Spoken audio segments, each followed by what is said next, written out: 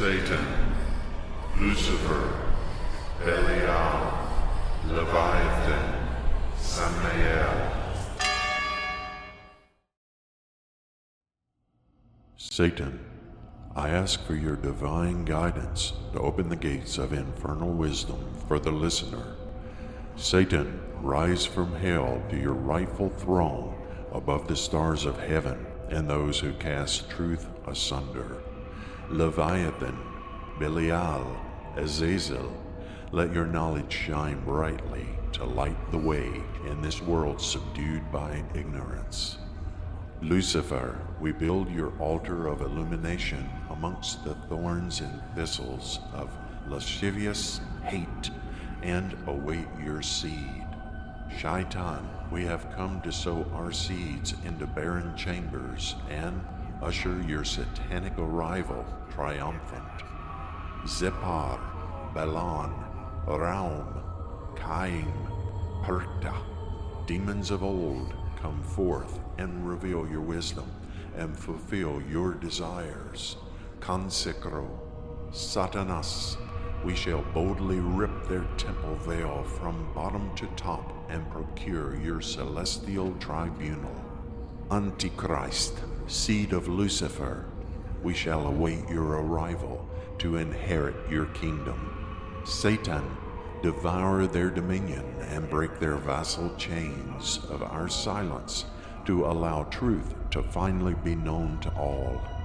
Nephilim of old, disgrace and dishonor those who called unblemished and chosen, finally revealing their hoax, defamation, and true motivations. Astaroth, cast down their stars so that it will be shattered, splintered, and scattered forever among the ephemeral winds. Asmodeus, the dust of pulverized bones shall pave the established pathway of satanic enlightenment. Satan, never again shall their lies be considered factual, their propaganda, lecherous attacks, and fallacious bloodlines revealed. Satan, Lucifer, Belial, Leviathan, Asmodeus, bestow your satanic blessings upon us. So mote it be.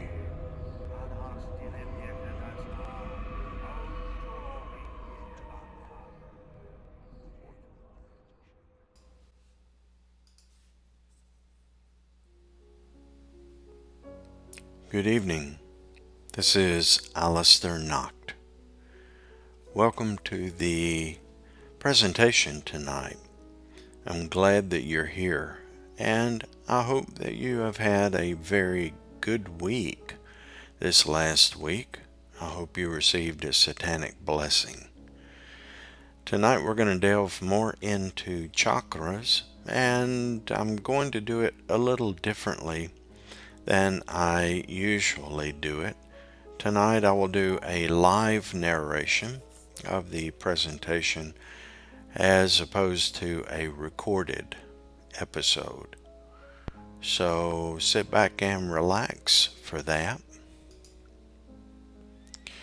This will be the last episode on chakras, and if you do have questions, I encourage you to drop those into the chat, and I will circle back and answer those questions as we go through the presentation tonight.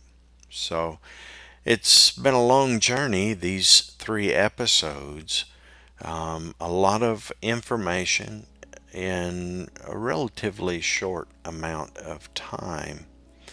But I certainly hope that you are getting something from this and that you have received something from the presentations as well. Tonight we'll delve a little bit deeper into chakras, and then we'll look at some questions and answers, and we'll look at a few bits of information that I felt were pertinent to this discussion. So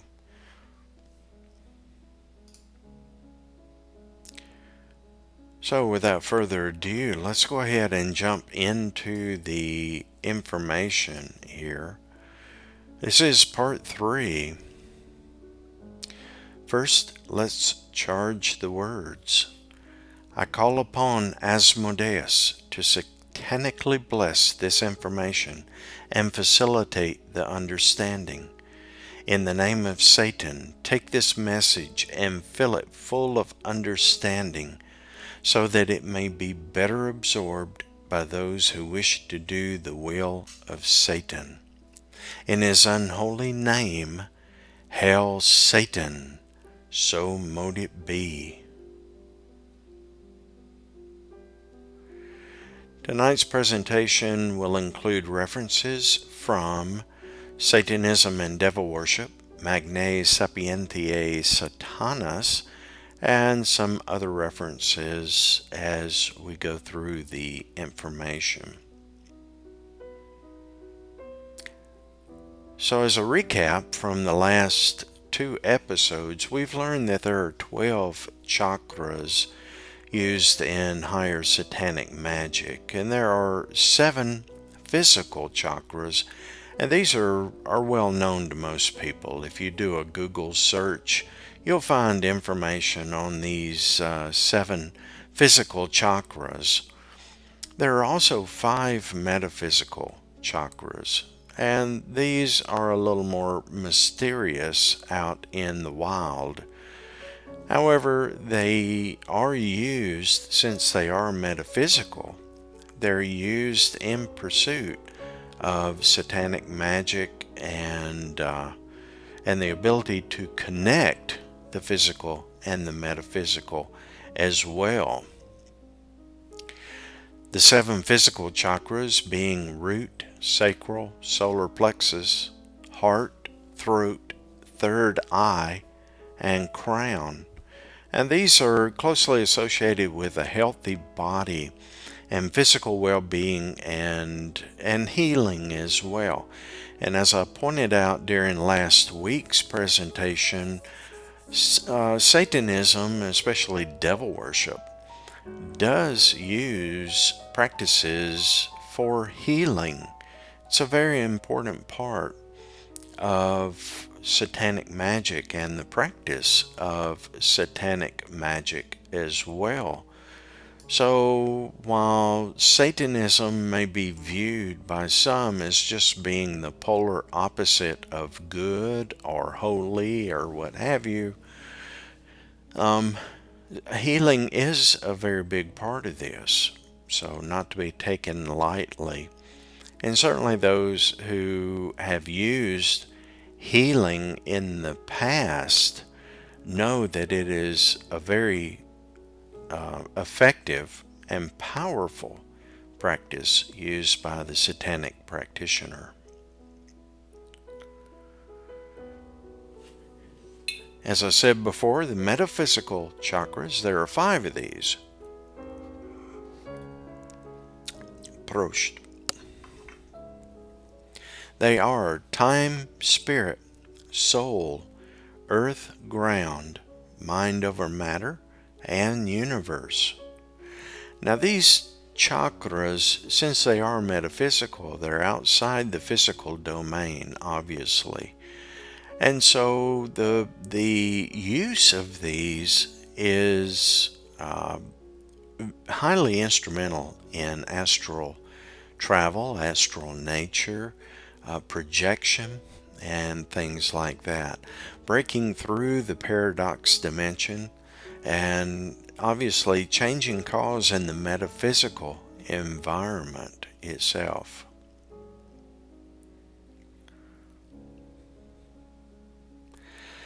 Now let's take a look at the physical chakras, and we'll focus on the herbs and supplements and foods, essential oils, essences, and incenses, along with gemstones as well for the physical. And we focus on the physical because these are things that are found in the physical realm. You won't find herbs in the metaphysical or essential oils or gemstones. And while these are useful and certainly they do have a facilitated use for the satanic practitioner. They're only found in the physical domain, and that's what we're going to focus on here. First, there are some things called tinctures, and these are concentrated herbal extracts. They're made by soaking any physical thing like bark, berries, leaves, roots, and you put all of this into an alcohol or vinegar based, usually alcohol, but vinegar can be used, based reduction agent. And what happens is the essence of the herb or whatever you're soaking actually releases into the alcohol or vinegar and permeates all the way through it. And so it's a process where you can extract the very essence of a material, and then you can facilitate that and use that as needed for ritual or healing or what have you. So it is a practice that is used in devil worship. I do a lot of reductions, what I call reductions, same thing as a tincture. But these reductions are used for certain facilitated healing or what have you. And so I wanted to point that out because there's a lot of information out there about how to do this, and it's not a rocket science, okay? You don't have to split the atom to do this. Take whatever essence that you want from any physical material and just put it in a mason jar or something like that, and add alcohol and vinegar. So one thing that is really nice, and I really enjoy it because it makes a wonderful alcohol substance that can be consumed, is soaking oranges or lemons or what have you, the skin of those things, in grain alcohol. And so it's a really nice little blend, and you have to do this over a certain amount of time, and kind of give it an opportunity to cure from all of the essences.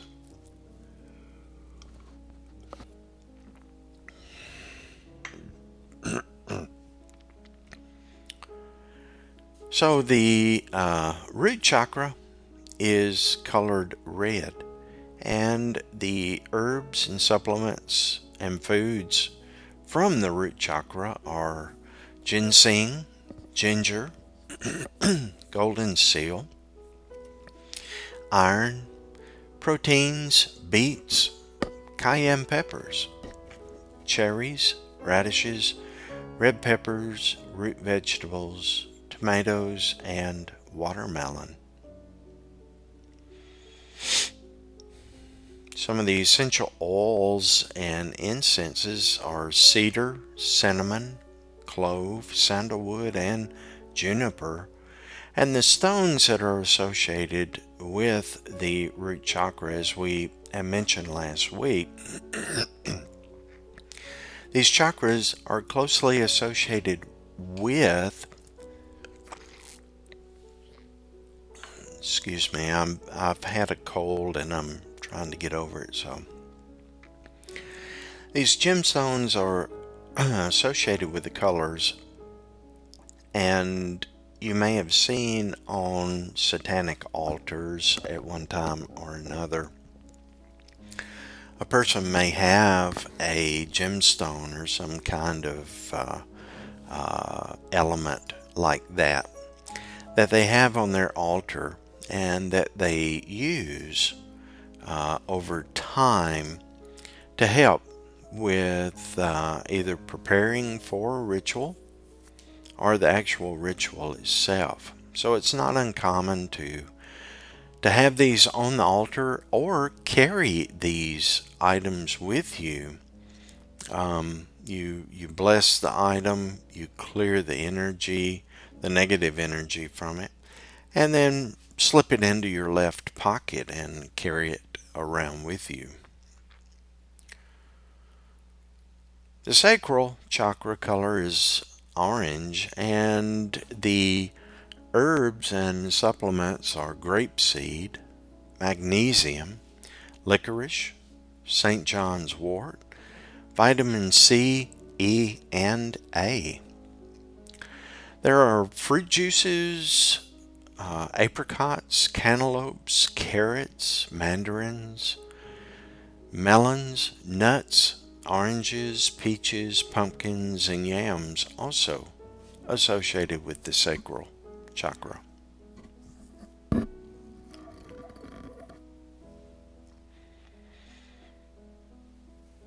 Again, the color is orange, and some of the essential oils and essences are angelica, gardenia, lemongrass, melissa, and the fruit orange, like in the orange peel, where the essence is really held. The gemstones and elements include coral, moonstone, and copper.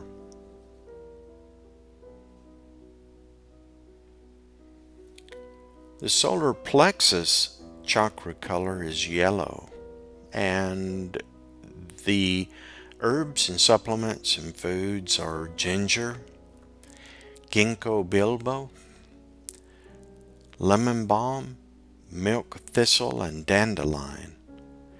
And whole grains, bananas, corn, eggs, grapefruit, lemons, melons, yellow vegetable oils, pineapples, and yellow peppers are also closely associated with the solar plexus.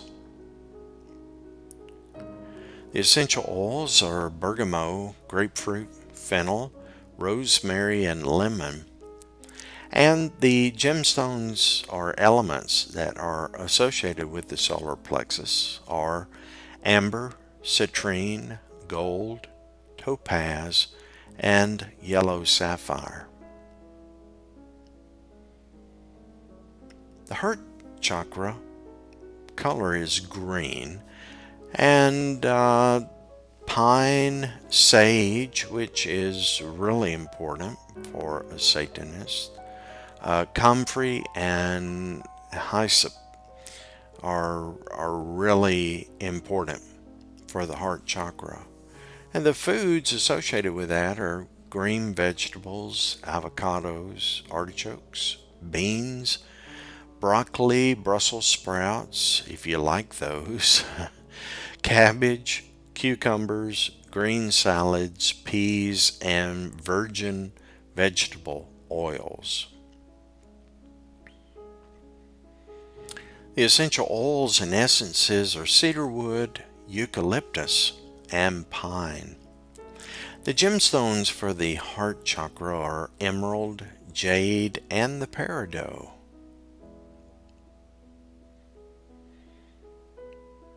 Color blue is what is represented as for the throat chakra. And the herbs and supplements and foods are iodine, thyme, and witch hazel. Raw fruits, fish, asparagus, blueberries, blackberries, and plums are associated with the throat chakra. The essential oils and essences are chamomile, cypress, mint, and peppermint. The gemstones and elements for the throat chakra are blue agate, sapphire, and sodalite. The third eye chakra color is indigo, And the herbs, supplements, and foods represented are melatonin and passion flower. The foods are broccoli, eggplant, currants, grapes, purple onions, and prunes. The essential oils and essences are camphor, frankincense, myrrh, patchouli, and star anise. The gemstones are tanzanite and quartz crystal. The crown color, or the crown chakra color, is white.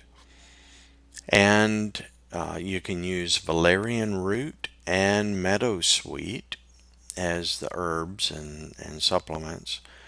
Broccoli, eggplant, plums, kale, and purple grapes are represented there.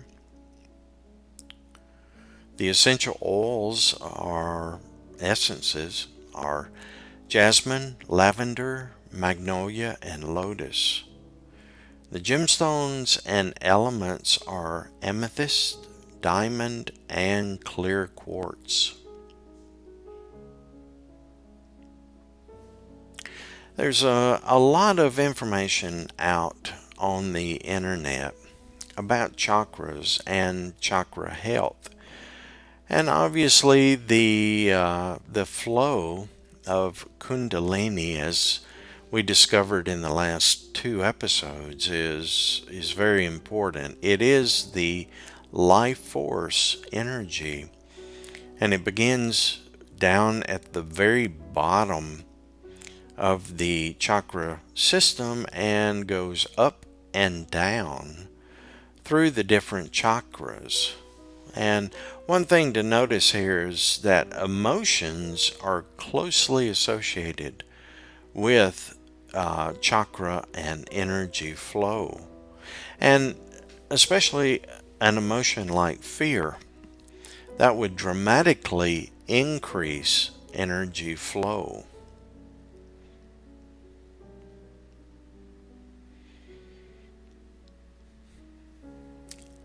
Energy is increased through the adrenal blood flow.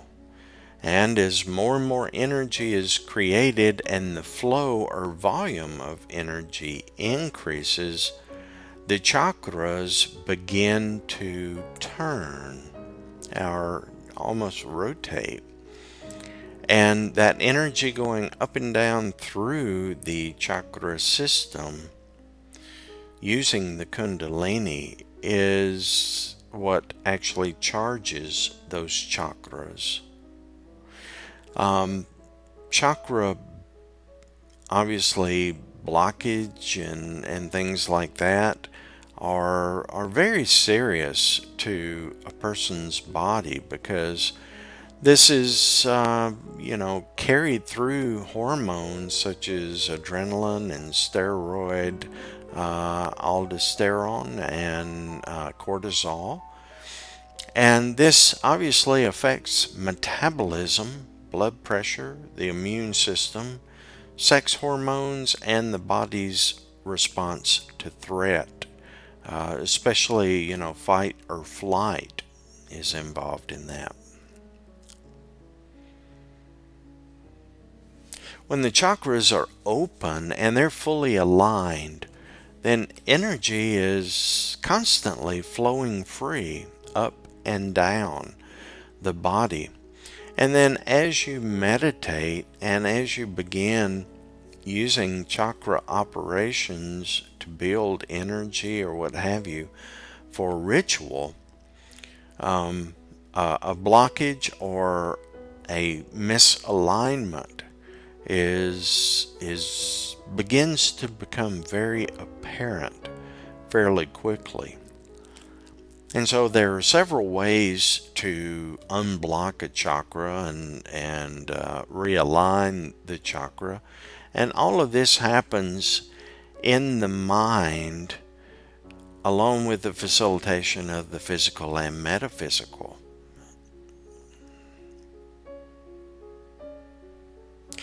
There are free chakra tests out there, and I have to say that some of these are fairly accurate because there are a certain number of elements that can be seen as a reaction or a state of the body, physical or metaphysical. And by trying one of these, you can kind of zero in on what the problem may be, and more importantly, what would be needed to fix that problem.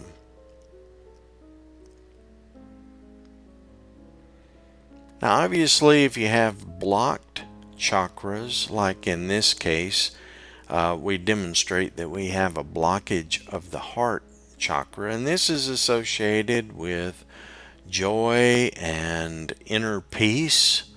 It's also deeply associated with disappointment. Remember, the heart is one of those chakras that can be affected by, the broken heart as opposed to joy and inner peace.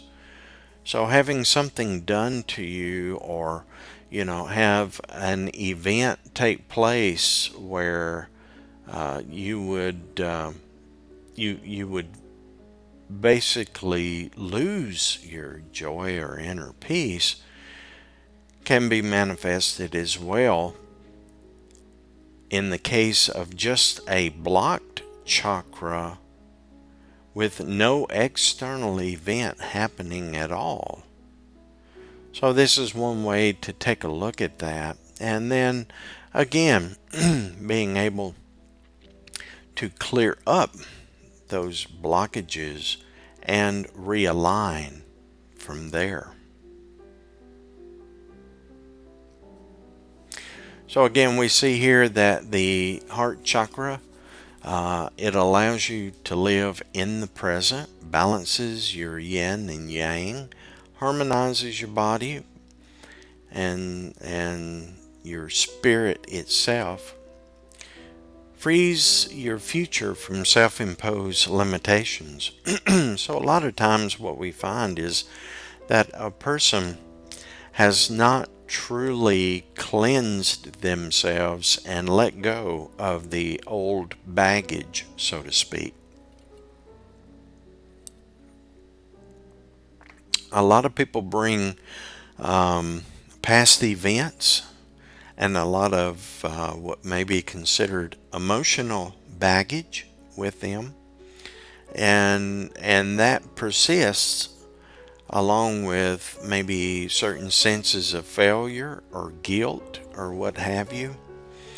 And so all of these things would contribute greatly to a person feeling as if they were a failure or something like that. And so being able to kind of calm yourself, lay that down.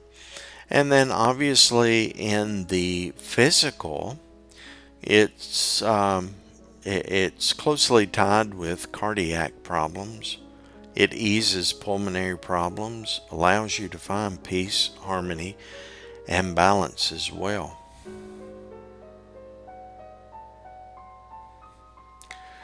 So in my book, there is an exercise that we do, and it's called the candle magic exercise.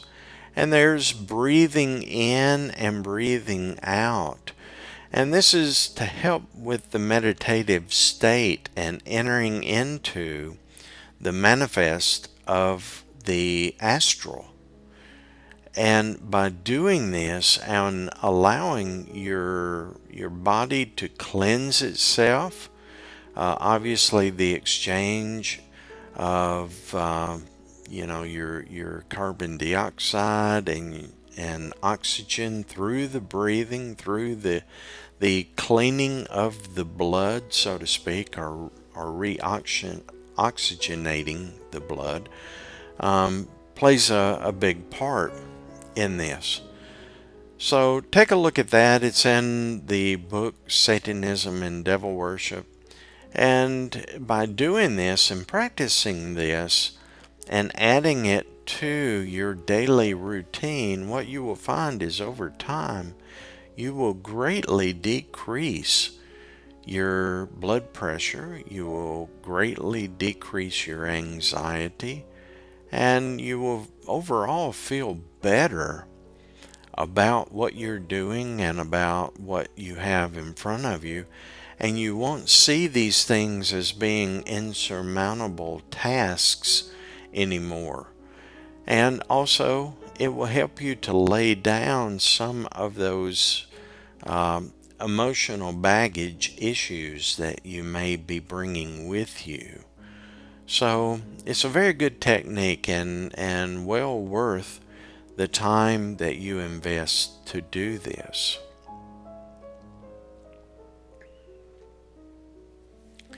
To clear the chakras, when you have a chakra that needs to be cleared or realigned as well, you have to clear your mind and open your spirit, body, and overall system.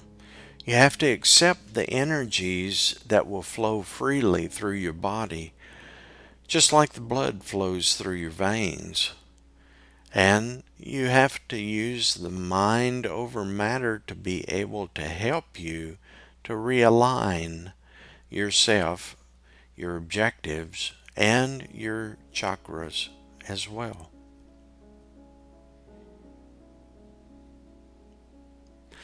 There are some interesting chakra massages out there that help, and this kind of goes back to the ancients, the old Chinese and Japanese healing methods, even the Indian healing methods of trigger points and pressure points, and being able to hit certain trigger points that will help to clear the chakras and to realign those.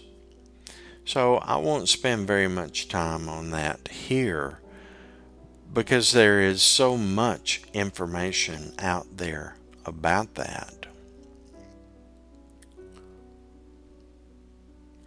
There's also a very good book that I like, and I highly recommend it. It came out just a few years ago, and I picked up a copy of it, and it's very good. This is a screenshot from Amazon, and it's called Chakra Healing, A Beginner's Guide to Self-Healing Techniques that Balance the Chakras.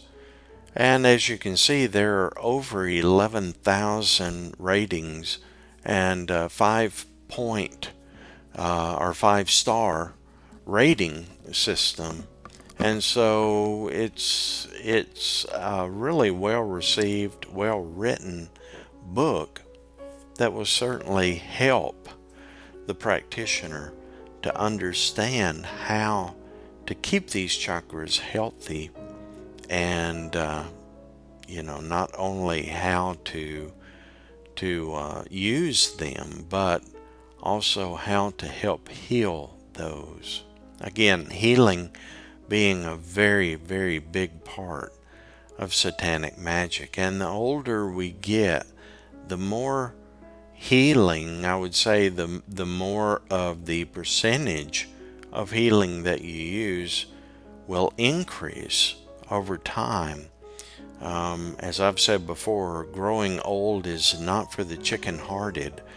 And obviously, as you do get older, you do need more healing of your body, just simply because of the effects of age itself. So check this book out. It's really good.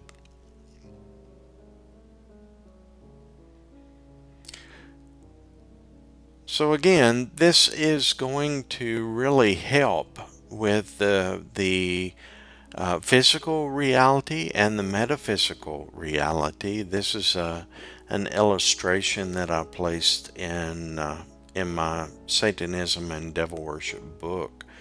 And it also contains the references of time in there as well. So you've got the past, the present reality, and time for the future. And we see that the physical reality is represented on the left, and then going through this veil, which is the parallax, and entering into the metaphysical reality where only spirits can operate, is what we're trying to do with the chakras and the facilitation of that entry into the astral, and especially being able to call upon those spirits that can come through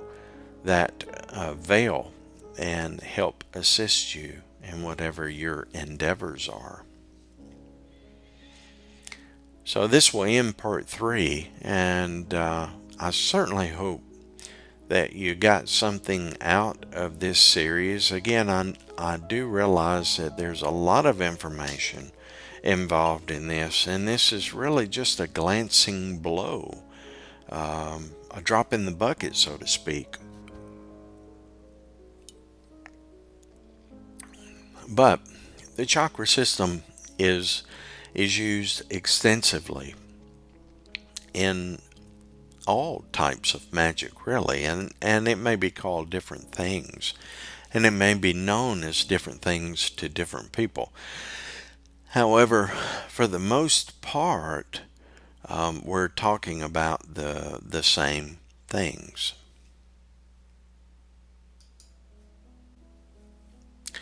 So I hope that you found that to be of use, and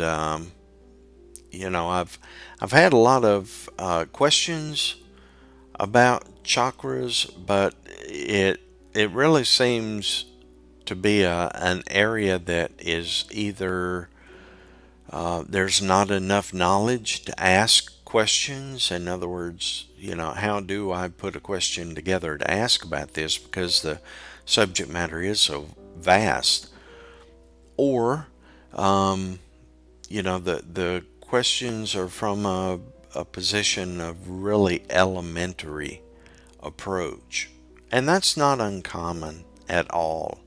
Again, I feel that a lot of practitioners omit the use of chakras in their practice, and I want to encourage you to get into that and use it. There are a lot of good qualities, healing qualities, and good mental and physical qualities that you can take from the use of the chakras, and also the meditation and the rejuvenation that you will receive from it. So it's a totally a win-win situation. I strongly encourage it.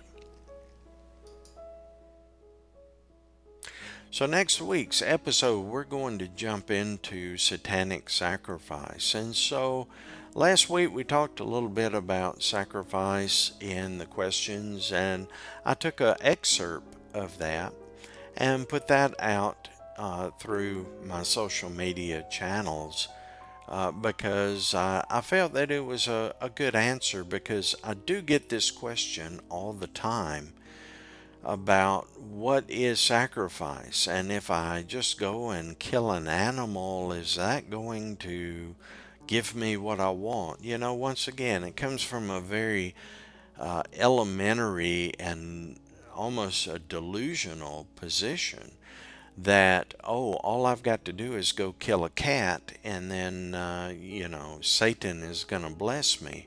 And that is total bullshit. It's really for those who do not have an understanding of magic, or satanic magic especially, and they're wanting to skip out on the hard work and the investment, which in itself is part of sacrifice. Spending the time, spending the money, investing the energy to do this. This is all investments which are sacrifices. So while a certain amount of sacrifice is done at the altar, ultimately the overall amount of sacrifice that should be done is outside the sanctum, outside the inner sanctum chamber, and it should be done with a spirit of quid pro quo, and it should be done using something that you hold near and dear, because without that, then there's no investment whatsoever. If I give something away that belongs to someone else, I'm not going to get anything out of that. And so there's a real misnomer out there that you can just kill an animal or even another human being, and you're going to get blessed by Satan, and that is absolutely not the case. So more on that next week. Again, I think that this is a topic that the Left Hand Path community really struggles with. And, it's even, I guess, seen to be taboo in some circles. But I think that, again, comes from the ignorance of what sacrifice really is. So, anyway, tune in for that. That'll be episode 13 of our Satanic Processes. So let's go into the questions.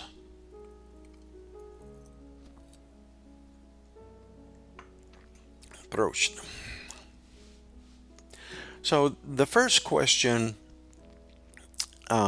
is directed toward me and asks, do I accept personal neophytes to personally one-on-one help? And the answer to that is maybe. So let me explain that answer. First of all, I don't accept neophytes as, an overall protege or a development type thing. I will certainly assist neophytes that, have questions and, they're seeking the truth. I will certainly help direct them if they ask for that help, right? Again, we don't want to give advice if advice is not solicited or appreciated in some cases. So, the answer to that is I don't really mentor or tutor as such. I used to. Now, my higher tiers on Patreon do allow for one-on-one conversations in the form of email correspondence and even a Skype call if requested by the Patreon. I certainly do that, and I think that there are several that take advantage of that. If a person doesn't ask for that, I certainly don't chase them down and make them attend a call. It's totally up to them. I want them to get as much as they possibly can from their membership in the Patreon. And so some people just donate and they really aren't interested in receiving anything. They just donate to see the message furthered, and I do appreciate that as well. So that's the answer to the first one. The second one is, when will the next Satanic Priest Conclave be held? And I'm still looking at April. I have not really zeroed in on a specific date, but once I do, I will be sending out my usual correspondence from last time, which will have the agenda and, what we hope to accomplish during the upcoming conclave. And we'll also be talking about what we have done since the last conclave as well, and what actions have taken place. So you will be receiving that. I would say sometime mid to late March is when those will go out. Now, if I decide to do it later in April, then I would probably defer that until maybe the first week of April for the notifications to go out. So more to come on that. It's something that I enjoyed last time, and I'm hoping that by adding some other satanic priests or people that are interested in that to help further that type of work, I think will certainly be beneficial as well. And then the third topic came from an old blog post that I had written back in, I don't know, maybe 2013 or something like that, 2012. And I made mention of, in New Orleans, when I was there and I first got clean and started really exploring hoodoo, I mentioned using Florida water. And so someone ran across that and they wanted to know, well, what is Florida water? And, what do you use it for? So I wanted to kind of answer that here. Thank you for that email and that question. I had totally forgotten mentioning it. But Florida water it's just a perfumed spirit. It's just an alcohol. And it does have tinctures in it. It has lavender blossoms with, fruit, woods, flowers and things like that are mixed into it. And the use for it, what it's used for, is for purification. So in the hoodoo practice, when you're getting ready to, when you're dedicating your candles, or you're dedicating your gree bag or what have you, you often use Florida water and then some type of oil, which basically is a tincture as well.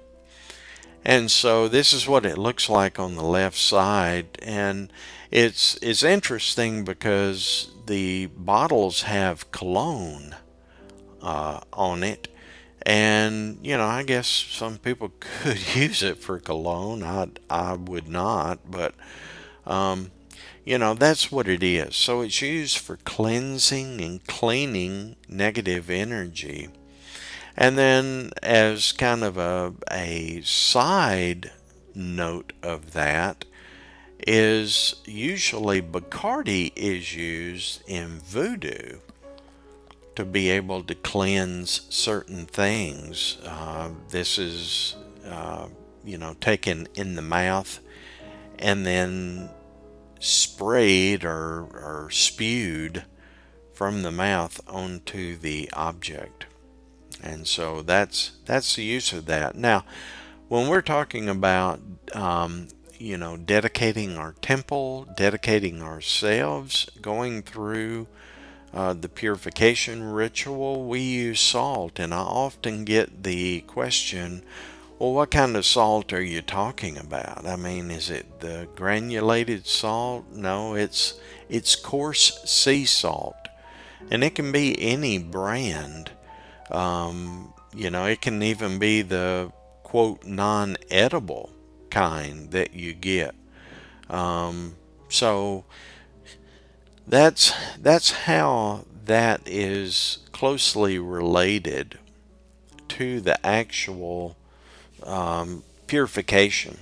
And so the Florida water can be used to clean implements. It can be used at your altar to clean negative energy from your candles and things like that.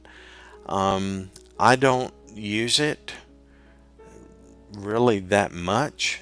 In fact, the last bottle that I had, I think I used up in preparing some candles after I had actually put some engravings on the candle, some of the Theban letters, and anyway, I used the last little bit on the candle, and I never replaced it. So again, it's whatever the practitioner wants to use and feels comfortable using. You can buy this stuff on Amazon, just about any online place. And I would imagine if you have a local magic store or, some kind of store that deals with, magic and ritual and things like that, you'll probably find that. I know that I used to get my Florida water at the Marie Laveau House of Voodoo down in the French Quarter.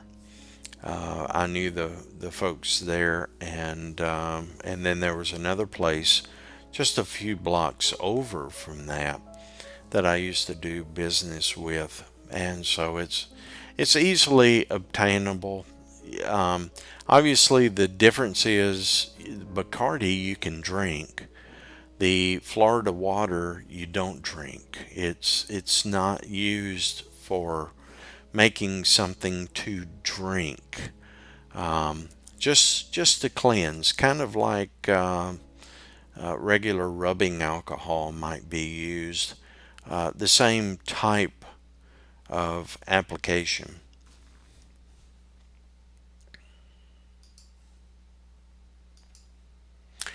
So I hope that you enjoyed this information. I hope that you got something out of it. Obviously, the chakras are a subject that could have its own satanic processes series just on that. And, there's a lot of facets to it. And I certainly do not claim to be an expert on it. I am certainly willing to share with you what works for me and our coven as well. But it's really up to the practitioner, and the individual practitioner has to be the one to ultimately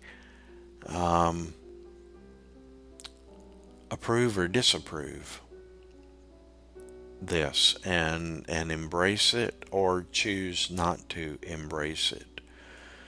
I I have had certain Satanists that are theistic Satanists that say, well, I agree to some extent, but I don't believe in all of it. Or I don't think that, the chakra system is accurate, or, it doesn't work for me. And that's okay. That's what it's all about. Again, this whole journey is about discovering what is right for you and then being able to do that. So I'll leave that totally up to you to explore and to do. If you have any questions about it, you can certainly reach out to me. So I do have one question. Can chakra healing be passive thing, like going to a Reiki therapist? So yes, absolutely, you can do that.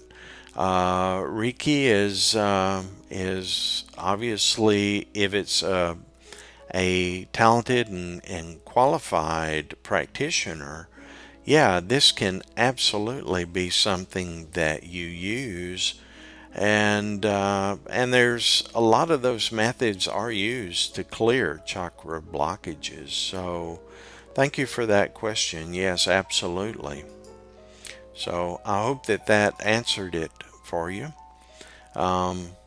Again, pressure points and the trigger points and things like that in the body, we're all just metaphysical, encased in this physical wrapper.